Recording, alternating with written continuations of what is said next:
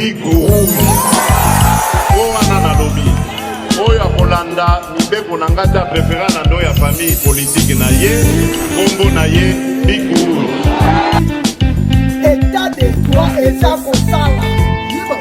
Yo ba kosoyo. Ba kosoyo pe. Yo ba kosoyo pe. Oh, état de droit ça. Yo ba kosoyo. Il y a indépendance. Pour nani mboka ya biso ekufi. Mboka ekufi pona moyibi.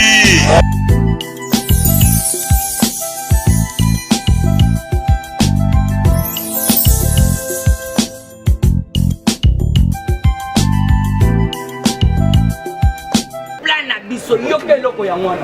Est-ce que plan na biso ya labo na kati ya FCC babimisi yaki yango bateke yango fatito ni sikoyo il faut comprendre que yo oza lokola na nyongo nanga nakutani na poule moko donc itoza siko biso mibane okende tu fachibe beton ba sénateur belge batali balobi yo sikondo zana to banda lukao makasi oza lokola pesi biso passeport de chasse. Passeport baboto la kate basani ne. Babotoli. Saka sa makasa tonga. Ya no moni remanyame fait salama. Même na coalition bolandité, yo zo lu formation. Ah on est toza boye na kati ya coalition remanyema eba. Ebandi. Puisque match komi makasi. Tolongoli Jean-Marc Kabunda Kabun, tolongoli Augustin Kabuya, tolongoli Mususa na yebi komona ngoti. Côté ce qu'on a bango balongoli ko Emmanuel Ramazani introuvable mais ayaki vendredi. Introuvable. Alinga qui à la frontière angolaise information vraie les bazons ici. Ce que banda songa boye abanda mona na te mais c'était le vendredi. Automonier na manifestation il y a l'un des cofondateurs il y a INC. Donc Vital Kamera lingi basala INC moko basala ki na ekuna alongwe na vu ya INC akeko sadere na FCC. Les jours où on a besoin de salaire ya ça parce qu'on est sana balongoli na mamotali coalition. Fatibe. Comme Fatibe si ba cadre ba grand golo. Nicolas Gaza dit Fatibe. Yo ka jouer wa remplacer. Bamba. Qui t'engage? Bobo sanate qui t'engage azali muto aza robeta plan moro Fatia yebi très bien. On doit découvrir que Monsieur Vital Kamere doit kaningiri Azumukanda ya Otobengi état d'urgence il fallait décréter état d'urgence ya Liboso. Alors il fallait qu'il y ait kende na kati ya Otobengi cour constitutionnel. Mais c'était le directeur des cabinets, il fallait même. Or que le directeur des cabinets a fondé la guerre. Alors il fallait comprendre. Mouto kenda ko révéler babiloko wana ezaki tengeye. Ko fati beto lo biyaka. Na longoli lo système yo kitenge zala.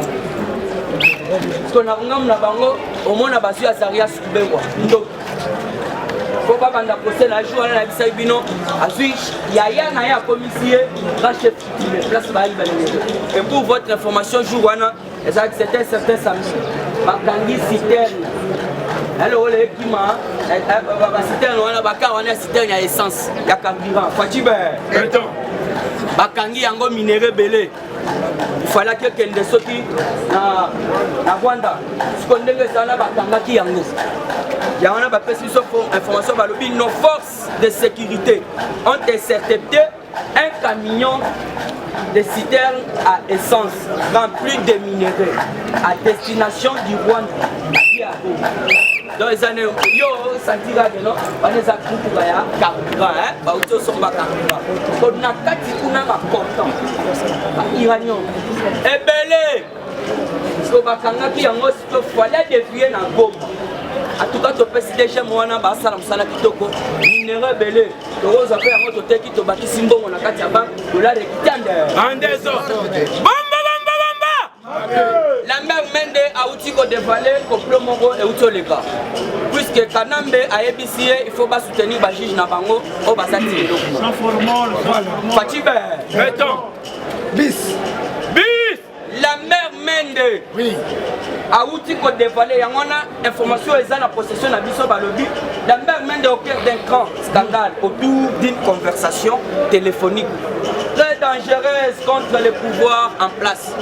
Yesiko alingite et il y a muto azana parti na ye na CI oyo akei ko signer na pas donc a quelque représenté parti à la même pour batouana balo puisque baza 31 députés au balingi basala moyen ou pas protéger bakou ya Kabila basala ba manœuvre parce que même dans qui ba fait téléphonique parce que bazo yebisa il faut à soutenir ba juge wana ba rebelle ya wana na yebisa kibino ba juge mi balé et kalatel le faut pas remplacer ba Fatime Beton alobi ndenge bobo imati ko ke délibéré libéra ça ba rwandais puisque service à Moussa de Kendaki kozwa information ya bango bazo solola na Zaria Sobe alors faut comprendre que bando sala Moussala au profit ya auto bengi Kanani toujours na carte actualité politique le vice-gouverneur du Congo central alobi il a été assassiné à Koufaki. Alors il faut comprendre, le vice à tout Matouane.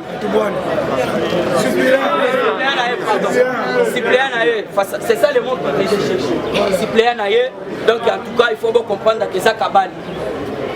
Il y a une information, la presse pose toujours au saguet. Les représentants de l'église protestante et sa délégation. Donc il n'y a pas de sénateur, il n'y a pas de député, il y a beaucoup de la société civile. Alors, il y a une société civile. Il y a la réforme, il y a CENI avant qu'il y ait l'élection. Alors, il faut tout ça, la haute réforme. Pourquoi? Il y a un ballon qui est dans CENI et qui est dans la thèse. Il fallait qu'il y ait ça. Il y a un qui est en train de se faire. Il y a une élection à deux tours. Mais ce qu'on dit, surtout, l'élection est faisant à deux tours. Dès qu'on change alors il faut comprendre, il faut tout pousser à moi ma canisse. Kebana bateau bazoya na 13, auto za ba 13 quelques. Et pele bazaba FCC, liste ligolo ya liste. Fatime. Boko za d'accord nanga. Bien sûr to sali réforme. Yaya, réforme ça ba loi ba fotaka. Ba juge bazali ba professeur ba ali. Réforme ça loi to voter là le toqué to voter. Tandis qu'ils sont encore majorité na kati assemblée ceux qui basu loi wana babaka ngokuna est-ce que collègue alors il faut dissolution ya parlement en désordre et yo kan ceux qui ba dissoudre en mode justice ya moko ko banda siko ko captiver moko na moko ya na moni Fatina minute à très à l'aise lobi akendaki na mariage moko kitoko mariage wana ezalaki ya auto bengi assistance na ye kombo na ye dada sikoyo fala ba comprendre que azali mwasi ya auto bengi Paul Chilou. OK, volume ezo mata. Alors Fatia azalaki wana en présence na ye affecté azali président oyo simplicité. Donc a koti pe na fête a sepeli na bango ale abimi akei Fatibe. Beto. Kose Bukangalonzo. Bukangalonzo enquête salamaki. L'entreprise a mal géré. Quelle entreprise Africom? Parce qu'il y a toujours une entreprise. L'entreprise a le bibiso, tu as un problème. Et d'ailleurs, tu as arriéré à moi et béni. Il faut comprendre bientôt Matata dans les filets, pourquoi? Semaine où elle a une semaine où elle a désinfecté. Ça n'a pas quitté. Alors, vous savez, les autres semaine où tu as dit. Beaucoup d'arrestations des ordres. Henri Yav Bayebisie, au lobby, aux ans Moutou passe. Mais que bon les mandat de comparution, mandat d'amener ce que est en désordre. Ça les longs, ça les Jean-Jacques Mamba. Ouais, merci. Bazoye na kilote. Et puis tant qu'ils sont ma même à 30 minutes à la basi bakubaye kokoti sona ki. Ne logo bayebisie. Oboyi ko ya yo moko.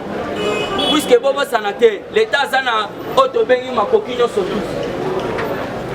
L'état ce qui a yeli yo mandat de comparution et mandat d'amener donc il va au tokayo. Ya on a ba yebsa riaf. Na auto bengi déocraties. Bokeba. Yo le dollar quitte mais avant dollar quitte il faut to kangata d'écran. Ba tu minen et ba kuluna mi balé. Pour dollar quitte en désordre. Fatime. Mais on a cité la on a monopolisé parole tes places dans chité en moi. Fatia la Narabi sur la mambo italien enseignement.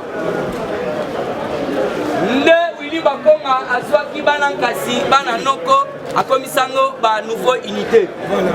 comme ça bango ba professeur en désordre yo kasi ko mu kontombolo Fatima mu kontombolo lobi boye kende oyebisa ba enseignant wana ba adhérer na processus ya autobengi identification toyeba est-ce que oza nouvelle unité ou soit osate yaya okoyoka arrestation en désordre na surtout na Équateur lakisa mikando elakisi yo oza nouvelle unité soki ezate otenga na zali ngona kasi ya yaka puisque basali otobengi recrutement de complaisance alors bango pe bayebisi fatike yebisa batu wana badiminuer place bafutelaka bango basu division basalaki ata na ota me créame ebele alors yango wana omoni nga na chite wana natikili bamosusu information ezali bamosusu bazali. Ok, merci beaucoup tolobi boye tobetela maboko pour encourager awa sikoyo tozana communiquer yoka. Merci beaucoup honorable Lobini.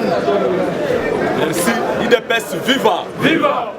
Merci représenté le bosso comme on a eu Pablo Kwapamba nazali chargé en mobilisation dans la section Ngiringiri. J'espère que tu as un état d'urgence. Préparer qui na niveau de la section na biso après lever à état d'urgence tu ressens la première grande matinée politique na fédération ya Funa précisément la section ya Ngiringiri na terrain ya Bondo et kozala le 30 août et kozala un certain dimanche musala ezala raté vanda na bandako na lancer message na bana Funa na bana Mwamba Lukunga na Changu Bonyo ça va disponible dans la terre Bondo. Tozali batba ko animé matinée wana c'est le secrétaire général Augustin Kabouya avec invité spécial maître Nanger. Kabunda bango wana bangonde bazali comme batba ko animé matinée. Tokotala tokoyoka engin de l'air ya politique ya mora na biso. Touti wapi tokomi wapi tozokende wapi. Alors moi la nion c'est IDPS. Soit 2 personnes, 3 personnes, il y a un bango kuna. On a une invitation, il y a un mot spécial pour le président Gilles. Il y a une invitation, il y a un invité spécial. Il y a matinée dans Bissoana. Il y a 12 heures. Donc aussi ça, 17 heures. Juste être aussi ici. Invitation à moi là. Ok, bon moi ni invitation spéciale. Spéciale. Président Gilles. Sans formol. Le peuple d'août 2020. Première matinée politique, il y a IDPS. Après lever à état d'urgence. Et Salemi et Ponami na commune na biso ya Ngiringiri. Et kozala na terrain à Bondo. Na direction ya Chaba. Presque so comme na Ngiringiri tuni terrain Bondo za mutu nyonso ayebi yango. Tokozala wana le 30 de 12h à 17h. Programme nyonso eza wana. Merci beaucoup. Ok tolobi bana nyonso Funa. Lumbe. Moite. Lumbe. Koya. Tala tokobuka wa terrain Bondo. À partir le 30. Boye belé kosi. Augustin Kabouya kozala wana. Maître Nager Kabunda 3600 akozala wana. Ba député nyonso bakozala wana.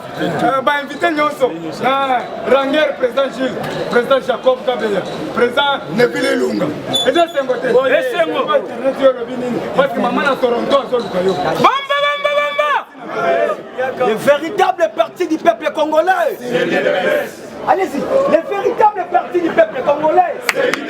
Le parti du peuple congolais. Le parti de la démocratie. Le parti mieux implanté. Le parti mieux instruit. Le défenseur des droits de l'homme. De la défense et sécurité. De l'intégrité territoriale.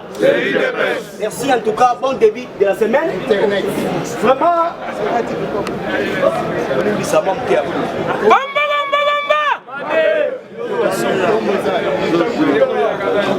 Bazinga Congo pour la deuxième fois, mais deuxième formule, aux hommes en Kalaté. IDPS viva.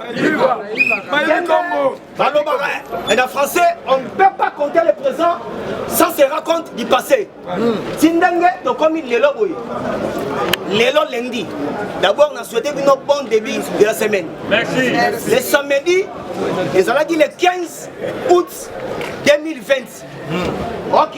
Le 15 août 1992, ils ont dit Mukolo Oyo et Etienne Tshisekedi wa Mulumba abimaki premier ministre de la conférence nationale souveraine. Eli. Voilà. Donc, le 15 août 1992, si le 15 août 2020, non, oui, 2020, a conquis 28 ans. Banda action et Salama. Abima premier ministre Eli, na CNS, na 3h du matin. Il combattre Thomas Kanzana il. Les fans de l'imité. Ndenga zawana histoire érotique la histoire parce que ndenga zawana le seul premier ministre Eli o la leka dollar ekita ya ngomoko biloko olia ekita ya ngomoko sans que apesa modo et puis aza le seul oyo à l'époque akamataka mbongo oyo babengaka dona beja alobi bodiango lisusu te a démonétiser ngo mobutu akota mai donc c'est-à-dire bota la force à mutuwana pour incarner nation le père de la démocratie parce que à ça qui va grand lit pour les gars Magma Gandhi à l'écart même Martin Luther King Mandela Desmond Tutu à l'écart qui va Mobutu voilà il y a un moment qui 28 ans Banda Azalaki premier ministre de la conférence nationale souveraine na vendredi oh donc c'est 28 ans dans tout cas place Azali Longo Nami parce qu'il a formé Batebele la lutte continue toujours viva dans la cadre d'actualité politique les agents Lyoka et Logo Soko Yoki États-Unis bazo kebisaka komba mutumoko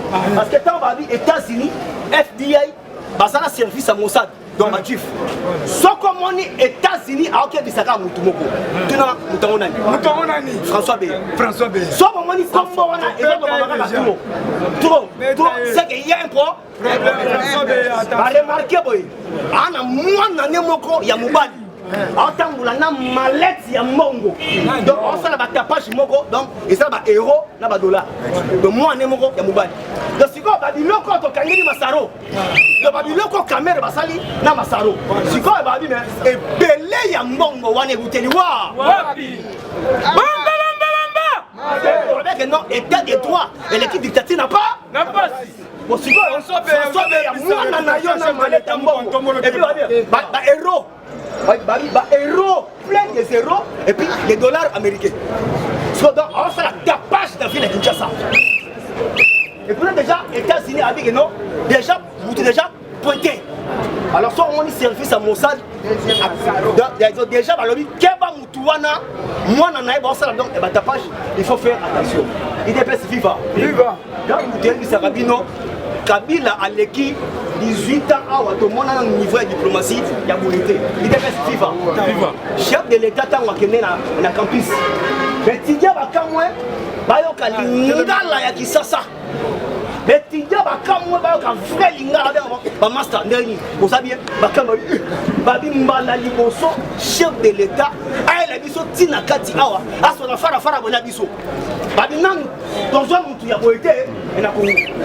Le président Gilles Nazo grâce à la diplomatie, il y a chef de l'État. J'ai dit bien grâce à la diplomatie, il y a chef de l'État. Avec passeport congolais. J'ai dit bien avec passeport congolais sans visa. Ok, Belgique, sans visa. Sans visa. Avec passeport congolais sans visa. Ok, Afrique du Sud. Donc, déjà, le pays, déjà, Oyo, on a mis sans visa. Donc, Belgique est commis aux sans visa Kitakuna. Donc Belgique, Babette le 30 jours. Afrique du Sud, n'est pas comme sans visa, Babette le 90 jours. Na pays Moroboé, Babette na Bangladesh. Les assassins basiques. Bangonde, Babette 90 jours. Tu peux être un tour de président. Ndé Yangwana. Donc votre il y a diplomatie Ndenge Ezakoya. Voilà Fatih Beto. Problème tout ça dans notre Ezako. Affaire Kingakati. Affaire Kingakati. Ndanga biso no sotoyeli ke et si basala ki désarmement. Donc tosakana na bato abengi mosali te bajuif babandoki babi mais est-ce que bokomboli mpenza bien babi wi tokomboli babi te bosani eloko moko eza kosa est-ce que bofuye bien bajuif babi te bosani eloko moko eza kosa bajuif bango moko il est viva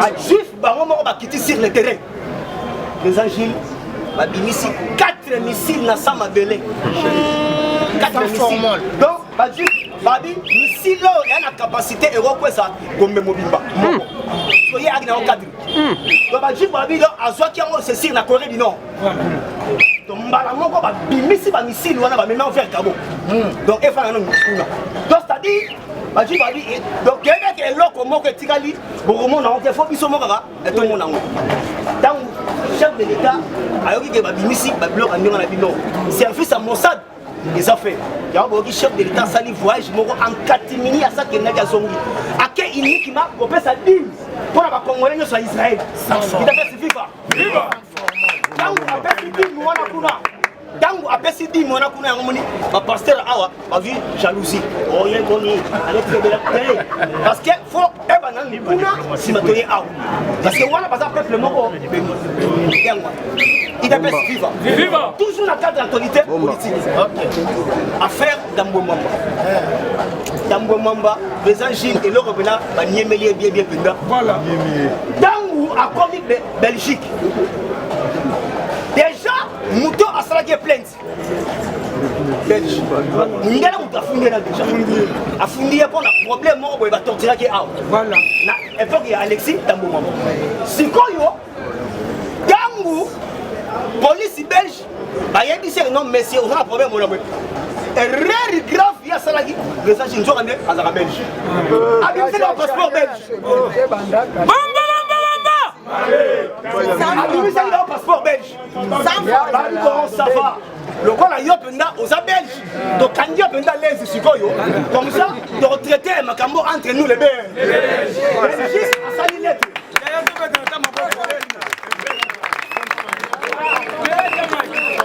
véritable parti du peuple congolais. Belgique a sali lettre. A combien de justice congolais? A dit pardon, ma cambetani bino. Oh, donc Tangi a sabé. Donc bino be quoi ça ma camoyo? Bamba. Dernier ça siko boye. Abimisi identité belge. Donc siko Belgique a gagné tant que belge. Sans forme. Toujours tant que avec 10 ans à Fachi, nous irons louer. Président Gilles, mais bonjour, les jours chef de l'État qui est à campus, à Sola qui est à Bango. Lobby Nango, enseignant Balgari, pas de grève. Donc, Ndenge, tout ça, enseignant, n'y a pas de malelo, le 17. Sans forme. Entre-temps, déjà samedi, tous les fonctionnaires déjà se la font, mais Kabila ne fout jamais. Regarde, dans votre niveau Congo, tu as mata et malembe. Donc, enseignant le 17. Mais les fonctionnaires déjà depuis samedi. On a deux pires viennent à fonctionner. Voilà. Donc, déjà, les fonctionnaires, surtout les enseignants, et ça, en réalité, tout ça, les agifs, tu l'as souligné. 15 officiers, j'ai dit 15 officiers, oh, il y a un bombe qui bango. États-Unis a mené sur les États-Unis à quel stage? Les soldats, officiers. Donc, quand il y a une série qui a Mobutu, les soldats sont les États-Unis et Israël, ils ont dit souvent la Siko. Parce que quand la coalition entre les deux pays, États-Unis et RDC, battu l'Arabie Saoudite, les militaires, donc la militaire déjà, déjà pour les États-Unis. Oh, les officiers vont interner dans l'hôtel Béatrice pour avoir une formation aux États-Unis. Toujours dans le cadre d'actualité politique. Internet. Toujours dans le cadre d'actualité politique. Nous avons déjà Ezawana. Mabunda n'est déjà Ezawana. Parce que le procès, ils ont Katiwana. Parce que déjà, quand on a dit ministre, il y a portefeuille. Donc c'est-à-dire détournement moko boy samaki na accord na épée a signaki. Donc c'est-à-dire ndenge aza déjà wana malgré aza siko stoppé en Belgique parce que Benoît Lambabi na Mbappé mututé. Abi Big Rouge. Owana na lobi. Oya Kolanda mibeko na ngata préféré na ndo ya famille politique na ye, kombo na ye Big Rouge. État de droit état kosala. Yo ba kosala. Ba kosala yo pe. Yo ba kosala pe. O état de droit kosala. Yo pe ba kosala. Yo ba kosala yo. Surtout yo. Il y a indépendance. Pona nini mboka ya biso ekufi. Mboka ekufi pona moyibi.